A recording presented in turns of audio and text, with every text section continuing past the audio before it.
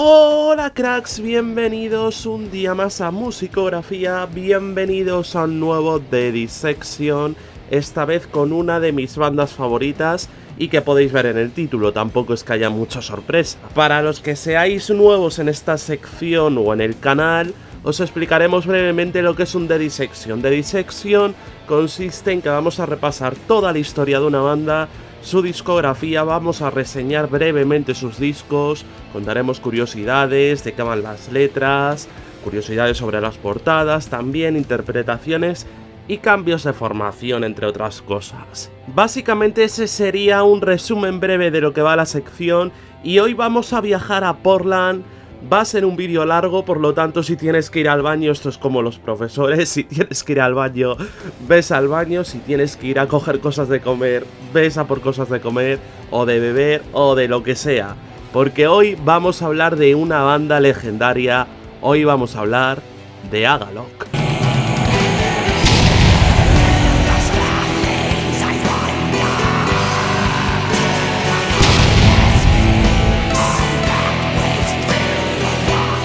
Bueno, amigos y amigas de Musicografía, tenía muchísimas ganas de hacer este The Dissection y vosotros de verlo, porque es que en la encuesta que hicimos arrasó. O sea, fijaros, porque es que arrasó absolutamente el nombre de Agalloch. Y bueno, vamos a empezar un poquito hablando de los orígenes de Agalloch. Como ya sabéis, y si no os lo contamos, Agalloch se forman en Portland en 1995 como resultado de la separación de Aelo Krimae, una banda de death y doom metal que tenían algunos miembros de Agalloch. John Haugen, que es uno de los fundadores de la banda, pues en aquel momento como que tenía una vida un poco complicada. Aparte de la separación de Aelo Krimae, también se le unió que le echaron de su trabajo, también se le unió que casi muere en un accidente de tráfico, se quedó casi en la calle prácticamente, y bueno, perdió un poco lo que es la fe en la vida, también se dio a la bebida y demás. Pero de esa depresión consiguió salir él solito y decidió formar una nueva banda. John empezó la leyenda de Agalloch de la mano del también fundador Shane Breyer, y en verano, en plena búsqueda de composiciones, cuando aún estaban componiendo canciones para esa primera demo, llegó Don Anderson para unirse a ellos dos. Esto podría servir así como un poco de punta de lanza, como lo que es un poco la historia principal de cómo se formó Agalloch y demás. Pero antes de meternos de lleno en lo musical y de contaros un poco la trayectoria de la banda, curiosidades y demás, os vamos a decir de dónde viene el nombre, porque es bastante curioso y muchos de vosotros seguro que no lo sabéis. Si no estáis muy puestos en tema de botánica o en tema de flora, probablemente no conozcáis la relación entre la planta Scoecaria y su nombre químico, que es Scoecaria agalloca o agalocha, un arbusto bastante venenoso y que también, por cierto, existe una relación tanto por esta parte como por la madera suave, resinosa y perfumada conocida como madera de agaloco o Aquilaria agalocha o agaloca. Ya sabéis que muchas veces pues los nombres químicos no sabemos cómo se dicen exactamente. Sea como sea, el nombre de Agalloch viene como anillo al dedo porque rezuma ese aire de naturaleza que siempre ha imperado en lo que son los discos de Agalloch y en lo que son las letras, por supuesto. Agalloch se formaron con dos ideas bastante claras. La primera de ellas era algo que, bueno, pues tampoco es que sea muy raro, porque hay muchas bandas que lo hacen, que es ser una banda de estudio. Ya sabemos que eso luego acabó por romperse, pero la otra cosa es que empezaron queriendo hacer un metal oscuro, que también tuviese mucha melodía y que además tuviese un grado de epicidad bastante alto. Esto por supuesto no nos puede llevar a otra cosa que hablar de From Witch of This Oak, el primer lanzamiento de la banda que se sucede en otoño de 1996. Dicho disco es bastante curioso de ver, sobre todo teniendo la perspectiva de lo que es la evolución de Agalloch, porque es una demo que realmente hace lo que querían, o sea, tiene un black metal melódico bastante arraigado, también con toques atmosféricos, pero del rastro folk casi no queda nada. De hecho, sí que es más cierto que tiene ese grado de epicidad, ese grado de oscuridad que querían sus dos principales componentes. Por lo tanto, es un disco que está muy bien trabajado y es bastante diferente a todo lo demás que hace Agalloch, pero aún así diría que es hasta de las mejores demos que he escuchado en cuanto a producción, porque además en producción es excelente, no hay lugar a dudas de ello.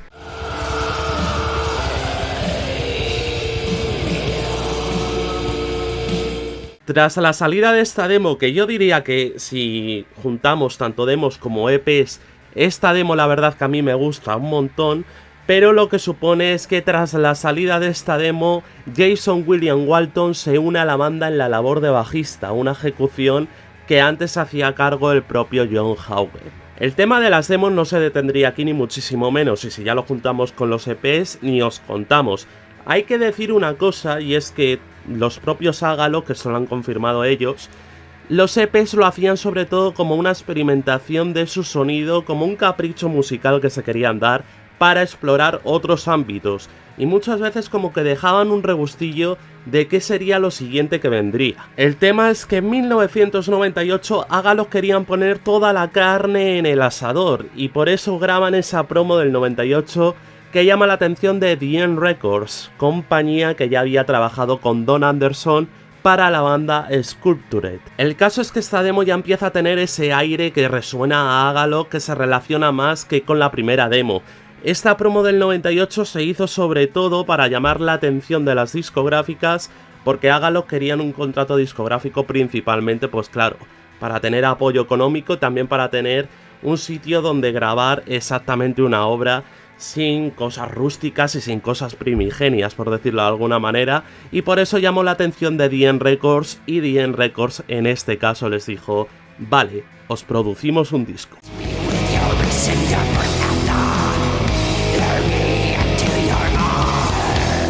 La banda quiso explorar sonidos nuevos y una nueva forma de ejecutarlos, y por eso hay dos canciones de la promo del 98 incluidas en el disco del que vamos a hablar, solo que son un poquito más largas y están mejor trabajadas en el tema de la composición. De igual manera, de la primera demo también rescataron una de las canciones. Este punto de partida ocasionó que en el verano de 1999 saliese a la luz Pale Folklore, el primer larga duración de la banda y su debut, donde ya el regustillo del dark folk, el black metal principalmente atmosférico y los toques de doom empezaban a asomar y empezaba a fraguarse lo que es el sonido más puramente Agalok, si es que lo podemos decir de alguna manera, porque claro, os iréis dando cuenta de que Agalok ha tenido 1000 sonidos a lo largo de su historia. Habrá quien le llame la atención, pero para mucha gente, para muchos críticos, Pale Folklore es el disco más importante de la historia de Agalok.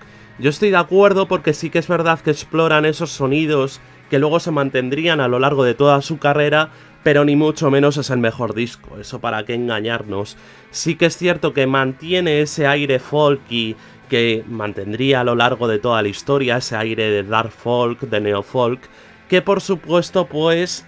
crearía grandes obras como todos conocemos.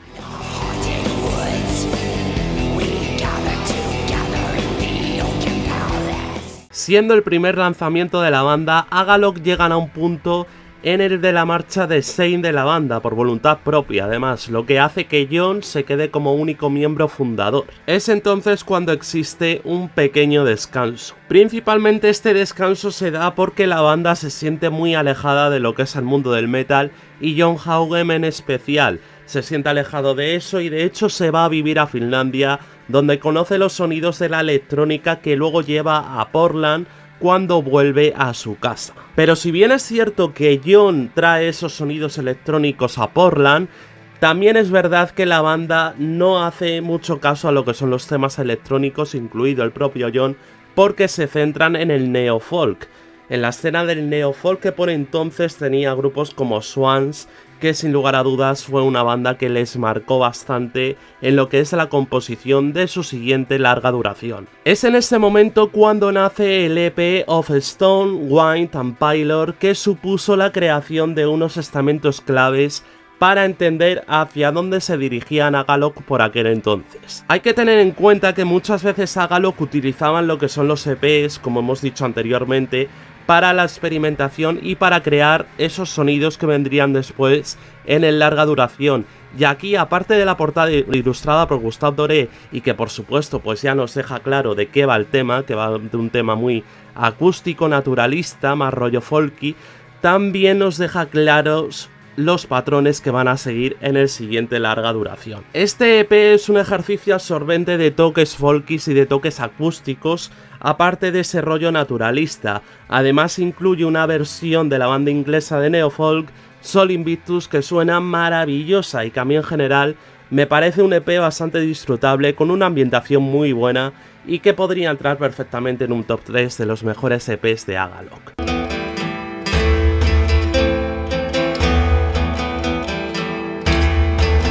Es un EP que, si no sabes lo que viene después de este EP, pues vas a encontrar elementos folkis, elementos acústicos, pero no vas a encontrar nada más. Sin embargo, si conoces que después viene The Mantle, la cosa cambia bastante de bando, pues encontramos un preludio la mar de interesante dentro de ese EP nombrado anteriormente. Y con The Mantle llega el que para muchos, incluyéndome a mí, es la obra maestra de Agalok. Y de hecho es un disco que ya desde el principio, con esa intro y además con In the Shadow Your Pale Companion, por supuesto ya te deja claro por dónde van a tirar las cosas. Van a tirar por una mezcla entre lo eléctrico y lo acústico, creando paisajes naturales muy evidentes y que también rezuma, por supuesto, en las letras, una filosofía y una poesía de John Haugen que es absolutamente increíble, de verdad. Es un disco transparente y muy bien ejecutado. Sí que es cierto que muchas melodías suenan repetitivas, pero está hecho a posta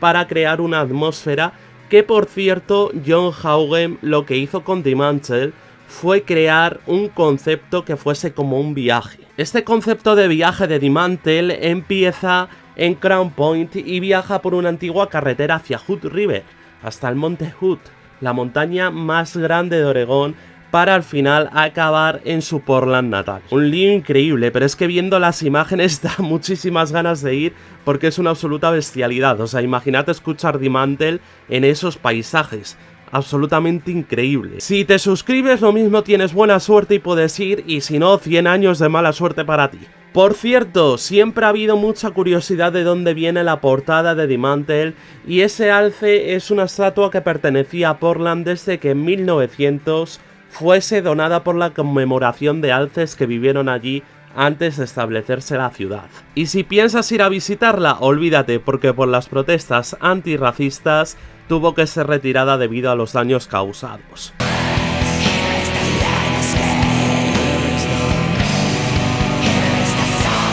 Y tras The Mantle, el nivel estaba muy alto, por supuesto, y llega para mí lo que es un triunvirato bastante pobre en lo musical y una de las peores etapas de Agalok. En 2003 lanzan Tomorrow Will Never Come con un remix de Celebration for the Death of Man,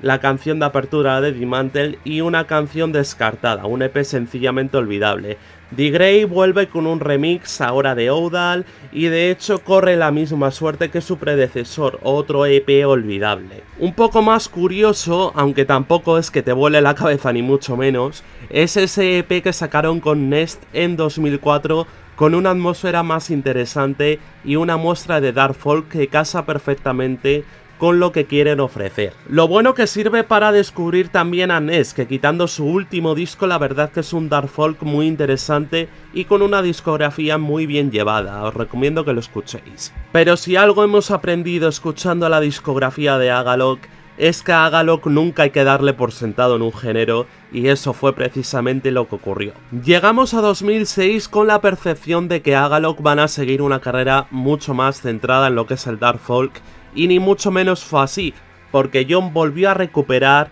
eso que había perdido, esa pasión por el metal, y de hecho se embarcó mucho en lo que es la escena de Portland y también principalmente en lo que es el género del post-metal. Aces Against the Grain salió en 2006 y se convirtió de inmediato en un auténtico clásico y, según a quien preguntes, en el mejor disco de la banda. Es uno de los discos más puramente metal que tienen, especialmente dedicado al black metal y al post-metal,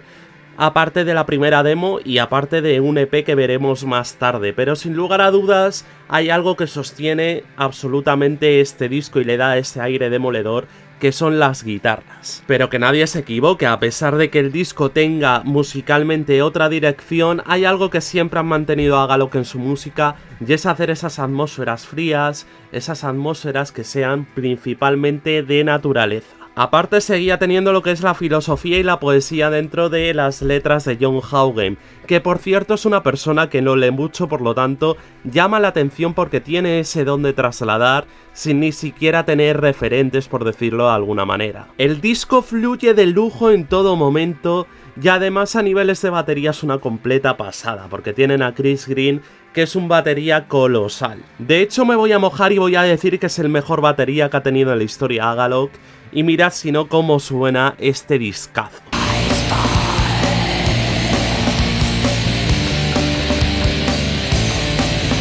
Y si anteriormente os comentábamos que los EP no habían funcionado demasiado bien, entonces llegamos a 2008 para ofreceros The White, una obra de lo más arriesgada y que por la cantidad de elementos introducidos es muy ambiciosa, con un dark folk atmosférico lleno de variedad y una música espléndida, además de que tiene una plantilla enorme, como habéis visto en esa ficha que os acabamos de mostrar. Es mi segundo EP favorito de la banda sin lugar a dudas por esa composición, esa variedad, incluye hasta cuernos peruanos dentro de la música, o sea, es una auténtica pasada, y también arpas de boca, es flipante, o sea, la atmósfera que tiene este EP, este The White,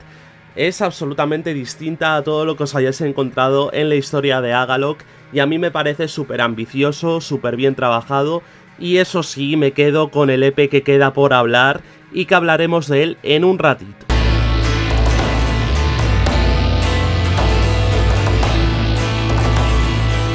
Aquí llega un punto de inflexión para Agalloch, porque Agalloch y End Records separan sus caminos, y la banda decide sacar Marrow of the Spirit con Profund Lord Records, su disco más introspectivo y oscuro hasta la fecha, según decían los expertos, y otras partes antes de que saliese el disco. Este disco sobre todo estaba cortado por dos patrones que son principalmente lo que llevó al disco a ser lo que es. Uno era que es puro black metal atmosférico, o sea, aquí no hay concesiones. Por supuesto sigue teniendo ese toque neofolk, ese toque dark folk, pues bueno, ese folk que utilizaban ellos tan característico, pero principalmente es un disco de black metal atmosférico. Y también el otro patrón, y muy importante, es la forma de cómo se grabó este Marrow of the Spirit. Agalloch quisieron volver un poco a lo que son los orígenes, a esas dos primeras demos, y también al Pale Folklore, para crear una atmósfera que fuese mucho más realista, no tan centrada en procesos mecanizados, sobre todo en la grabación,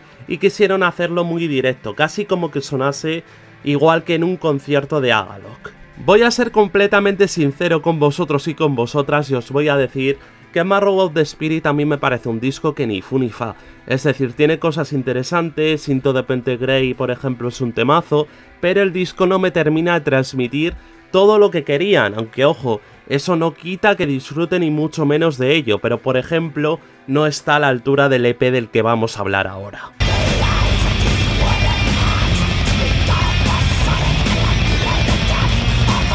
Y eso que este EP es bastante corto y posee la canción más larga de la historia de Agalloch. En 2012, Faustian Echoes es lanzado como única canción en ese verano, y tengo que decir que me parece no solo el mejor EP de la banda, sino una de las mejores obras y de las menos reconocidas dentro de lo que es la historia de Agalloch. Este EP está basado en Fausto, la obra de Goethe, y de hecho las letras son propiamente cogidas de la obra del autor, como también esos speech son cogidos de la película basada en la obra de 1994. La locura, la rabia, la fuerza, el frenetismo que tiene este disco, además de esos toques progresivos, convierten a este EP en la obra más black metal de la historia de Agalloch, y en un EP que se despide de una manera fantástica, y para mí su último gran trabajo.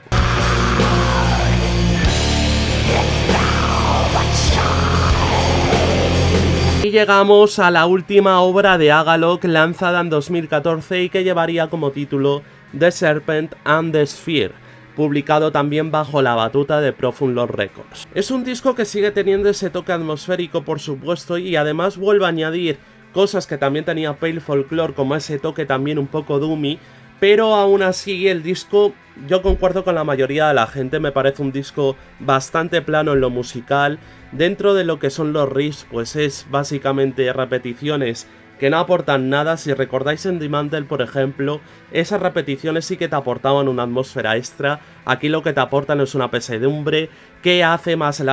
largas y más bola las canciones, por decirlo de alguna manera, ¿no? Es más, por mucho que se ocultase, ya se veía como que la conexión musical en Agalloch no terminaba de cuadrar por momentos, y de hecho en entrevistas ya se dejaba entrever cuál sería el siguiente triste paso de la banda.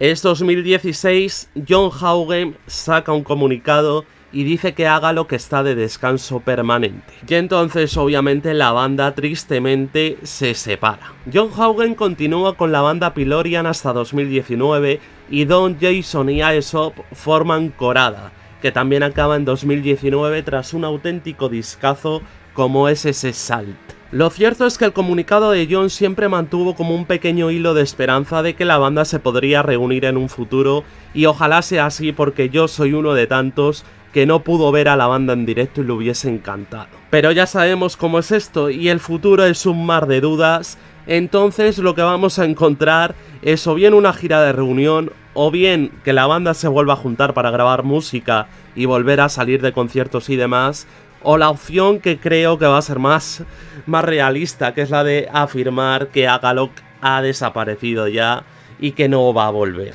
Pero bueno, nos mantendremos atentos a esas novedades y por supuesto os las traeremos aquí en Musicografía. Decidnos si os ha gustado este repaso y cuál es vuestro disco favorito. Nos vemos en la siguiente. ¡Adiós!